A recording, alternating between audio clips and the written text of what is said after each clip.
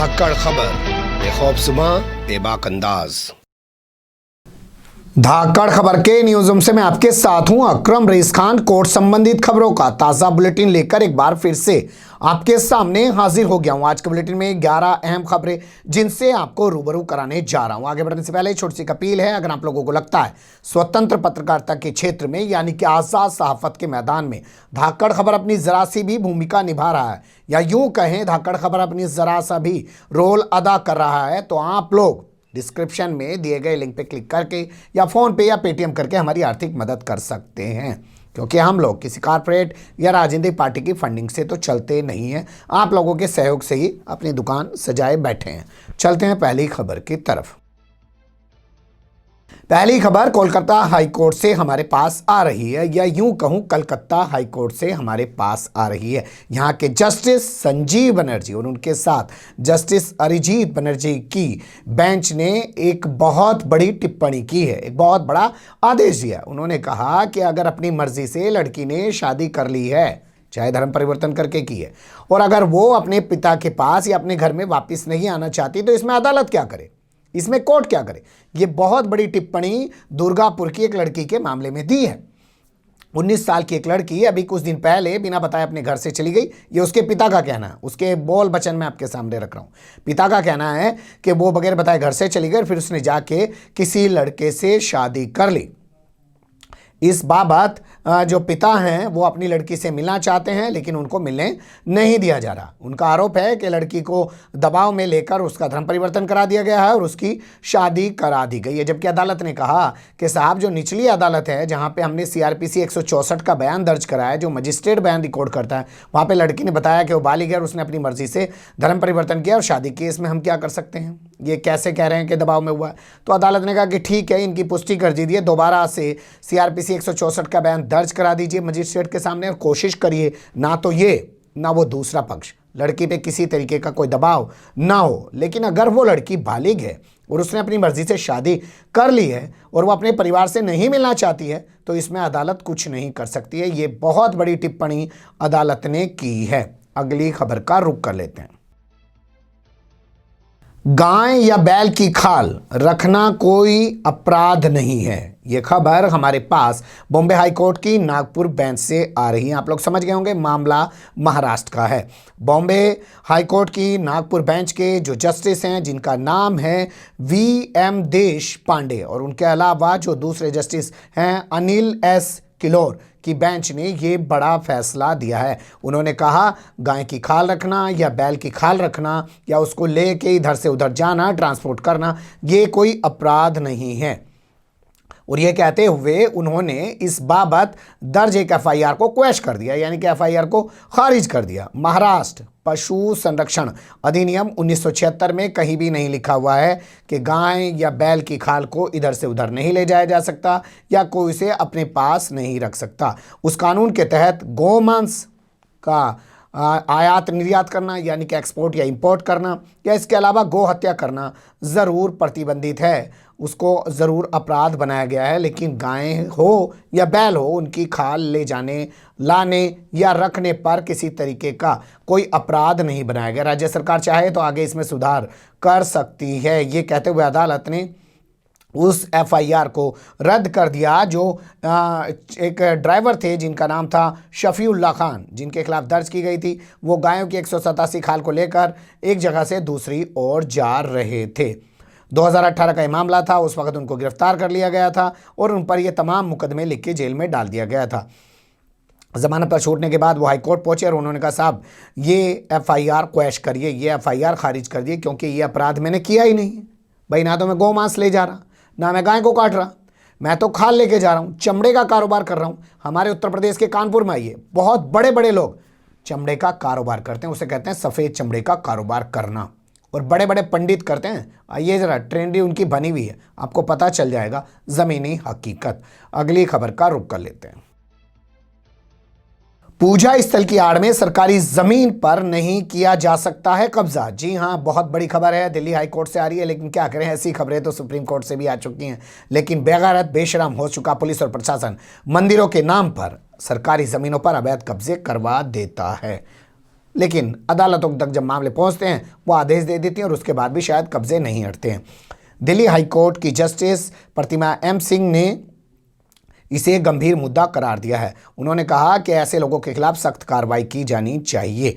और ये कहते हुए जो पिटिशनर था, जो कहते हुए आया था कि साहब पटेल नगर में जो है ना जी, हमारे 4 मंदिर हैं जी, 1960 से बने हुए हैं जी वो मंदिर, और मैं अपने गुरुदेव के ज़माने से ही उन मंदिरों का रख रखाव कर रहा हूँ। अब वो नहीं रहे हैं, मैं उनका उत्तराधिकारी हूँ। ये डीडीए वाले आके उन मंदिरों को तोड़ना चाहते हैं जी, इन मंदिरों को तोड़ने से रुकवाओ, ये तो ऐतिहासिक प्राचीन मंदिर हैं। अदालत ने पूरा मामला सुनने के बाद और डीडीए का पक्ष जानने के बाद आदेश दे दिया कि उन मंदिरों को वहां से हटा दिया जाए।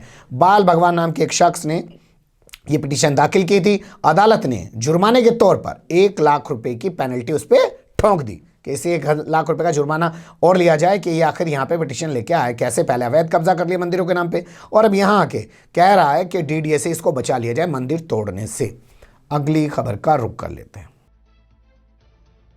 पश्चिम बंगाल चुनाव में हो सकती है हिंसा, सुप्रीम कोर्ट दिलवाए सुरक्षा। जी हां, ये मांग करते हुए सुप्रीम कोर्ट में कर्जी एक पिटीशन, एक याचिका दाखिल की गई है जिसमें कहा गया है साहब देख लो, हाल फिलहाल में भाजपा के राष्ट्रीय अध्यक्ष जेपी नड्डा के काफिले पे हमला कर दिया और उसके बाद पता चल रहा है कि वहां पे किस तरीके की कानून व्यवस्था बनी हुई है। तो क्या ऐसे में निष्पक्ष चुनाव हो सकते हैं?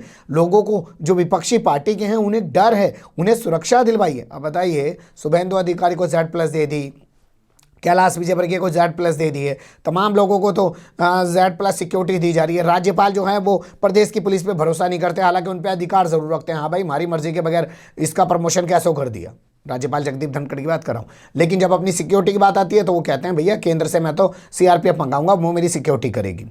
लेकिन अब इस बात को आधार बनाकर सुप्रीम कोर्ट में एक पिटीशन दाखिल की गई है। साथ ही कहा गया है कि साहब वहाँ की जो वोटर लिस्ट बनी है ना, उसको भी सही तरीके से दिखवाइए और तमाम चीज़ों को करवाइए, क्योंकि लगता नहीं है कि वहाँ पे निष्पक्ष चुनाव हो पाएगा। इस मामले में नोटिस जारी कर दिया गया। अब देखते हैं क्या जवाब आता है प्रदेश सरकार की तरफ से। अगली खबर का रुख कर लेते हैं।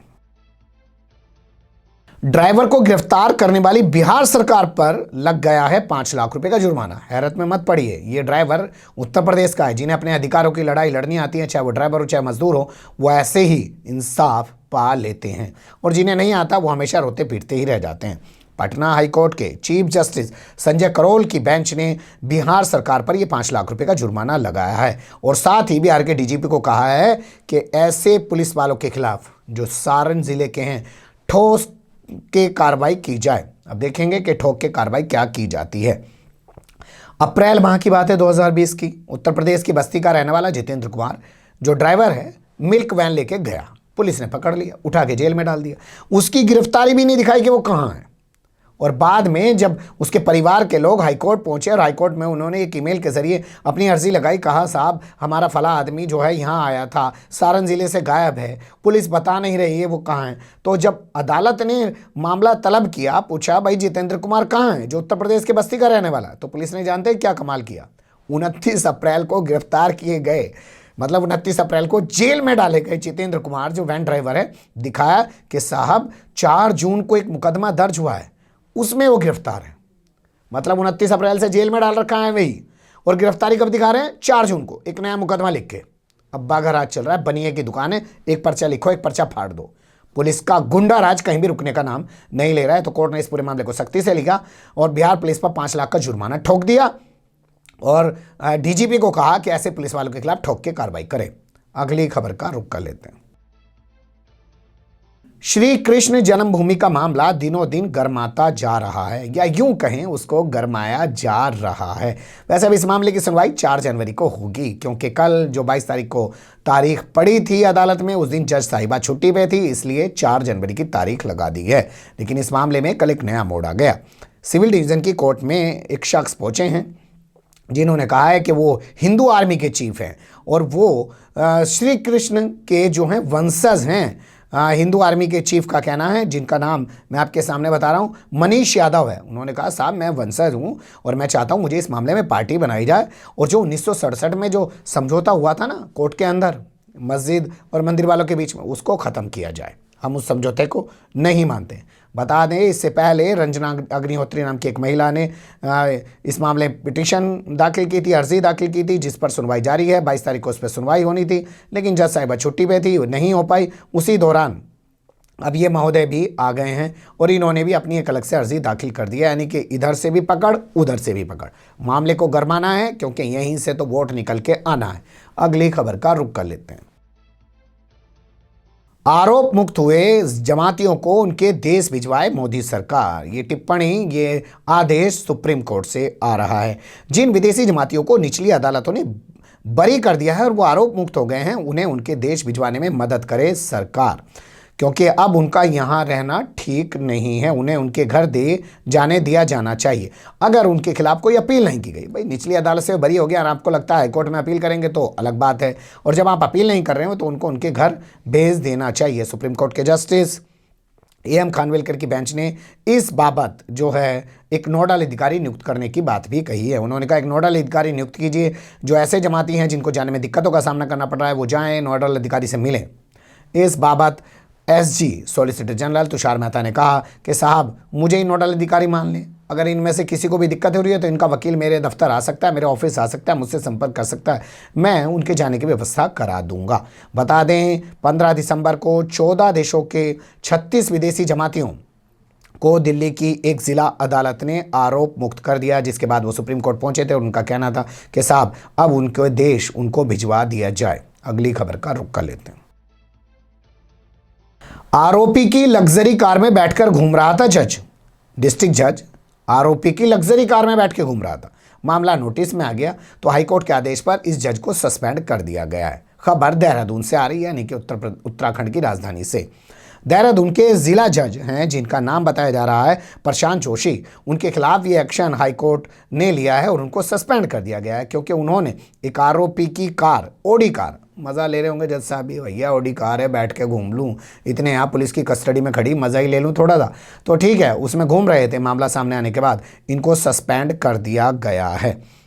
Registrar of general Hira Singh Bonalu द्वारा जारी किया गया एक लेटर में इनके सस्पेंशन की बात की गई है और उसमें कहा गया है कि वर्तमान समय में हाई कोर्ट के जो कार्यकारी चीफ जस्टिस हैं रवि मलिमत, उनके आदेश पर यह कार्रवाई की जा रही है। बताया जा रहा है सोमवार और मंगलवार को मसूरी में होने वाले कैंप में शामिल होने के लिए जज महोदय जो हैं ऑडी कार में सवार होकर पहुंचे थे। ये ऑडी कार एक आरोपी की है जिसका नाम है कृष्ण सोइन और उसके खिलाफ है देहरादून के राजपुर थाने में धोखाधड़ी का एक मुकदमा दर्ज है। उसकी कार में बैठ के घूम रहे हैं भाई साहब, कुछ भी कर सकते हैं जी। अगली खबर का रुख कर लेते हैं। 28 साल बाद मिला अब्बिया को इंसाफ, फादर और सिस्टर को हुई सजा। जी हाँ, ये खबर हमारे पास केरल से आ रही है। केरल का एक ज़िला है तिरुवनंतपुरम, वहाँ की एक सीबीआई अदालत ने 28 साल पहले 19 साल की अब्बिया, एक लड़की थी, उसकी मौत के मामले में, उसकी हत्या के मामले एक फादर और एक सिस्टर को उम्र कैद यानी कि आजीवन कारावास की सज़ा सुनाई है, जबकि एक फादर को सबूतों के अभाव में बरी कर दिया है। कैथोलिक पादरी हैं जिनका नाम बताया जा रहा है थॉमस कोथर, और उनके साथ जो सिस्टर हैं उनका नाम है सैफी।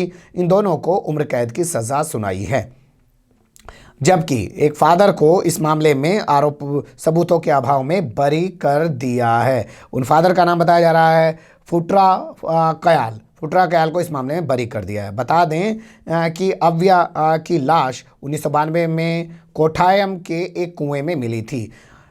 पहले इस मामले की जांच केरल पुलिस ने की, क्राइम ब्रांच ने की। उन्होंने दोनों ने बताया कि इसने सुसाइड कर लिया है, लेकिन बाद में मामले की जांच 2008 में सीबीआई को दी गई। सीबीआई ने जांच में कहा कि इस लड़की की कुल्हाड़ी से काट के हत्या की गई, क्योंकि ये तीनों जो दो फादर और एक सिस्टर हैं ये अनैतिक कार्यों में लिप्त थे और इसे यहीं कॉन्वेंट में पढ़ने वाली इस अबिया नाम की सिस्टर ने देख लिया था और उसी के चलते इन्होंने इसकी हत्या करके उसकी लाश को फेंक दिया था। पिछले साल इस मामले की सुनवाई शुरू हुई थी, बहुत सारे गवाह मुकर भी गए थे, लेकिन सीबीआई अदालत ने फादर और सिस्टर को उम्र कैद की सजा सुना दी और एक फादर को बरी कर दिया। अगली खबर का रुख कर लेते हैं। संजीवनी क्रेडिट घोटाले में गजेंद्र सिंह शेखावत के खिलाफ नोटिस जारी हो गया है हाईकोर्ट से। क्या अब भी उन्हें मोदी सरकार के मंत्रिमंडल में मंत्री पद पर बने रहना चाहिए? ये काफ़ी बड़ा सवाल है, लेकिन इसका जवाब आपको मिल पाएगा लगता नहीं है, पर मामला बता देते हैं। राजस्थान के सांसद हैं गजेंद्र सिंह शेखावत और मोदी सरकार में मंत्री हैं। हाल फिलहाल में जो सरकार पलटने की कोशिश की गई थी अशोक गहलोत की, तो आपने देखा होगा अशोक गहलोत ने सबसे ज़्यादा निशाना गजेंद्र सिंह शेखावत पर ही लगाया। उन्होंने कहा कि गजेंद्र सिंह शेखावत एक अलग से सिस्टम चला रहे हैं और वो राजस्थान के सीएम बनना चाहते हैं, जबकि उनके खिलाफ पहले से 9,000 करोड़ रुपए का संजीवनी क्रेडिट घोटाला चल रहा है। उस दौरान जब निचली अदालत ने उनके खिलाफ नोटिस जारी करने की कोशिश की तो उसको बताया गया कि निचली अदालत से दबाव डाल के नोटिस जारी किया जा रहा है। लेकिन अब गजेंद्र सिंह शेखावत के खिलाफ राजस्थान हाई कोर्ट की जोधपुर बेंच ने नोटिस जारी कर दिया है। उन्हीं नहीं, उन समेत 17 लोगों के खिलाफ नोटिस जारी किया है। बता दें इस मामले में गजेंद्र सिंह शेखावत के अलावा उनकी पत्नी नौनंद कंवर नाम है उनका, उनके खिलाफ भी नोटिस जारी किया गया है। संजीवनी क्रेडिट एक कंपनी थी जिसने लोगों से पैसा उगाया, 9,000 करोड़ रुपए गबन किया और फरार हो गई। 2008 में कंपनी बनी और बाद में इसने लोगों से पैसा इन्वेस्ट करा लिया और पैसा इन्वेस्ट कराने के बाद लोगों को वापस नहीं लौटाया। इस कंपनी का जो मालिक बताया जाता है उसका नाम विक्रम सिंह है, वो फिलहाल जेल में बंद है। लेकिन अब केंद्रीय मंत्री के खिलाफ 9,000 करोड़ के घोटाले में नोटिस जारी होना और वो भी हाईकोर्ट से, देखना दिलचस्प होगा क्या मोदी सरकार अब भी गजेंद्र सिंह शेखावत को मंत्री पद पे बनाए रखेगी, क्योंकि नैतिकता का तो पास कुछ रहा नहीं है। ये तो और ज़माने की बात थी, शायद अटल बिहारी वाजपेयी के ज़माने में हुआ करता था कि भाजपा नैतिकता की दुहाई देती थी। आज तो देखिए बड़े बड़े गुंडे, बड़े बड़े बलात्कारी, मवाली जितने भी हैं सब वो आ जाओ और भाजपा में आके धुल जाओ। जैसे शुभेंदु अधिकारी के वीडियो वायरल करती थी भाजपा महाराष्ट्र के अंदर कि देखिए भ्रष्टाचारी पैसे लेते पकड़ गया, लेकिन अब वो वीडियो भी डिलीट कर दिया अपने फेसबुक और यूट्यूब पेज से। अगली खबर का रुख कर लेते हैं। यह खबर सुप्रीम कोर्ट से आ रही है, काफ़ी महत्वपूर्ण खबर है, आपको नोट करके रखने लायक खबर है। बिल्डर के ऑफर देने से खत्म नहीं हो जाता है मुआवजे का अधिकार, मुआवजे का हक। ये बहुत बड़ी टिप्पणी सुप्रीम कोर्ट ने कही है। सुप्रीम कोर्ट ने कहा कि सिर्फ ब्याज सहित पैसे लौटाने की ऑफर देना, मतलब ये कहना भैया तूने आज तक जो पैसे जमा करे ना, तू चाह रहा था हम तुझे मकान दे दें, मकान तो ना दे पा रहे तुझे, तेरे पैसे तुझे ब्याज समेत वापस लौटा देंगे, हमारी तरफ से ऑफर है ब्याज समेत। तो ये कहना मुआवजे के अधिकार का हनन नहीं किया जा सकता। ऐसा कहकर आपको मुआवजा भी देना पड़ेगा, क्योंकि जिस शख्स ने फ्लैट मकान खरीदने के लिए पैसा दिया तो उसने इस नीयत से दिया कि पैसा देगा और उसके बाद उसको कब्ज़ा मिलेगा। लेकिन अब आप ना उसको कब्ज़ा दे रहे हैं और कह रहे हैं कि अपने पैसे जो हैं वो ब्याज सहित वापस ले लो। ये नहीं किया जा सकता। ये कहते हुए सुप्रीम कोर्ट के justice DY Chandrachud, justice Indu Malhotra और जस्टिस इंदिरा बनर्जी की बेंच ने DLF होम डेवलपर की उस पिटीशन को खारिज कर दिया जिसमें उन्होंने उपभोक्ता फोरम के फैसले को चुनौती दी थी। बता दें पहले इस कंपनी का नाम DLF यूनिवर्सल लिमिटेड हुआ करता था। उसी दौरान इन लोगों ने दिल्ली के शिवाजी मोतीनगर मार्ग पे जो इनकी टाउनशिप बस रही थी वहाँ के लिए इन्वेस्ट किया था, लेकिन ना इन्हें फ्लैट दिया और बाद में कहने लगे अपने पैसे भी आज सहित वापस ले लो। जिसके बाद ये लोग को उपभोक्ता फोरम गए तो उपभोक्ता फोरम ने कहा नहीं, ब्याज सहित पैसा नहीं, आपको इनका जो है मुआवजा भी देना होगा। उस मुआवजे के खिलाफ ये कंपनी सुप्रीम कोर्ट पहुंची, लेकिन सुप्रीम कोर्ट ने भी कहा कि हम कंपनी को कोई रियायत नहीं देंगे। सिर्फ एक रियायत दी है कि उपभोक्ता फोरम ने कहा था कि 7% की ब्याज दर के हिसाब से मुआवजा दीजिए, लेकिन यहाँ सुप्रीम कोर्ट ने कहा कि हम 1% घटा देते हैं क्योंकि वो पार्किंग के नाम पर लगाया गया है। बने रहिएगा धाकड़ खबर के साथ। फिलहाल कमेंट्स के रूप में आप लोग अपनी राय दे सकते हैं, खबर को लाइक कर सकते हैं, चैनल को सब्सक्राइब कर सकते हैं और ज़्यादा से ज़्यादा हमारी खबरों को शेयर कर सकते हैं। फिर ऐसे ही किसी सुलगते या उलझते मुद्दे लेकर मैं आपके सामने हूँगा हाजिर। फिलहाल अभी मुझे दें इजाज़त।